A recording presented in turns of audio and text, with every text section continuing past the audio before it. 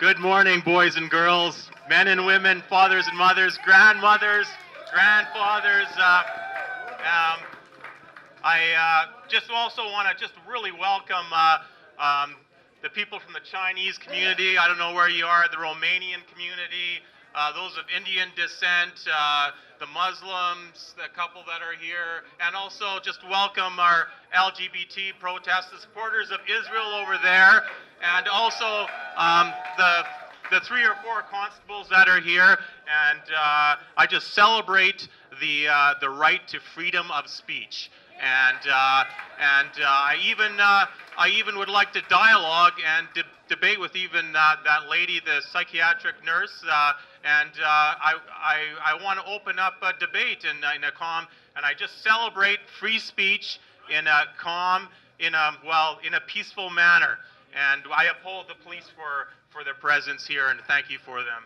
And so I've been asked to talk about some of my family background in the Soviet Union and Germany, and from 1936 to 1948. Sorry about that, getting used to mics. So I'll just give a brief how I got into this. June 19th, I went to an out-in-schools assembly at Chief Dan George School and middle school, and I will be very brief, but the ARC Foundation is the group that funds this. They also fund the Queer Film Festival. I want you guys to know where the money is coming from, so I'll repeat that. The ARC Foundation funds Out in Schools program, a full assembly to the whole school, as well as the Queer Film Festival. So this is the group. Getting back to Soviet Union and Germany, 1936 to 1948. I'm speaking on SOGI and socialism. Both of my parents were born in the Ukraine under the communist Soviet Union. My parents were familiar with propaganda, especially on the youth under the atheistic government. No Bibles were allowed in the homes. My dad received all biblical and Christian education from the verses and sayings that my grandmother had memorized. My grandfather, was head of the farm commune. Since my grandfather was the supervisor, the secret police, or KGB, would knock on the door in the middle of the night and ask to be taken to a person's house. That man would be arrested, or woman would be arrested without trial and taken to Siberia to the gulags, which are work camps. Generally, they were never heard from again. Approximately 20 to 60 million people lost their lives in gulags and executions due to horrible 14-hour work days, starvation diets, and poor sanitation. In 1944, they fled Ukraine and entered another socialistic country run by the Nazis. Nazi is an acronym for National Socialist Party. In German, Nationale Sozialist. All the kids received a full set of clothes when entering Germany. My dad's parents knew that the clothes had been taken from the children that had died in German concentration camps. I want to give you an example of my Tante Jutta, which means Aunt Judy, who just passed away last year. So her father and oldest brother were taken away from them by the secret police, sent to Siberia. They had to walk all the way from Poland to West Germany with no strong male to protect them. So this is an example of socialism, and I believe that's where our country is headed. So back to the SOGI resource. People ask me if SOGI will ever be stopped. Will SOGI ever be stopped? What do you think about that?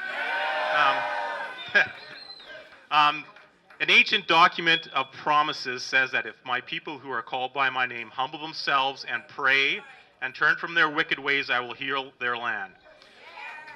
So right now in Canada, we have tens of thousands of believers in Christ crying out to their Father to heal their land. In getting back to politics, in 2010, Kathleen Wynne and convicted pedophile Benjamin Levine wrote up Sex Ed in Ontario. That eventually made its way out to BC on September 8th, 2016. 3 readings were passed in one day, September 8th, 2016. That's a little bit treacherous. That doesn't sound very democratic to me. So where is the Wynne government now, those who know politics? Yeah, Yeah, they. So what happened was they only won 8 seats, and as they were decimated by Doug Ford and the Progressive Conservatives. This is recent news. Will SOGI be stopped? What's happening in Canada right now? Just last week, Doug Ford announced he will consult parents on a new sex ed program. Wow, this is just novel idea. Where did he get this wisdom from to consult parents? Like this, this is radical, consulting parents. Wow. So until then, he's going to go back to the 1998 program. This is recent news. So take note, Premier Horgan and Andrew Weaver, rescind SOGI and save your political skin while you still can.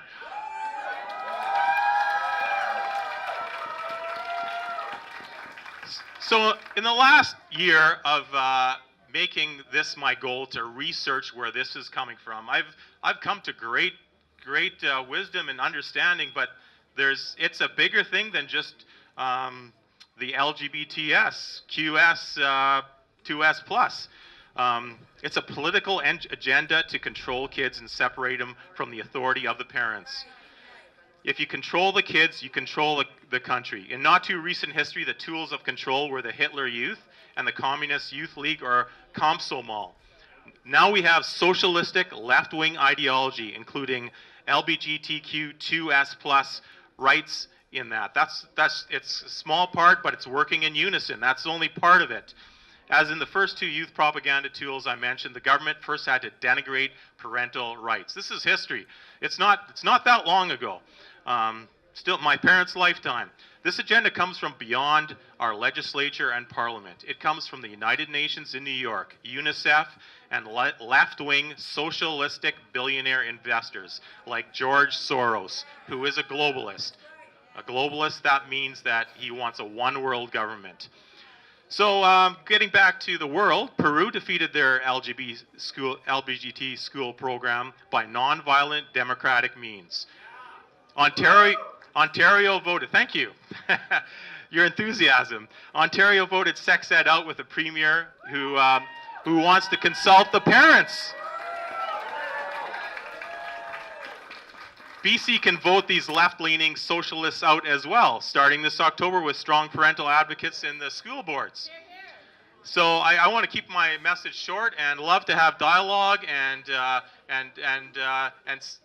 hopefully find common ground, and maybe not find common ground. But I believe this is the key for understanding. So thank you very much, and God bless Canada.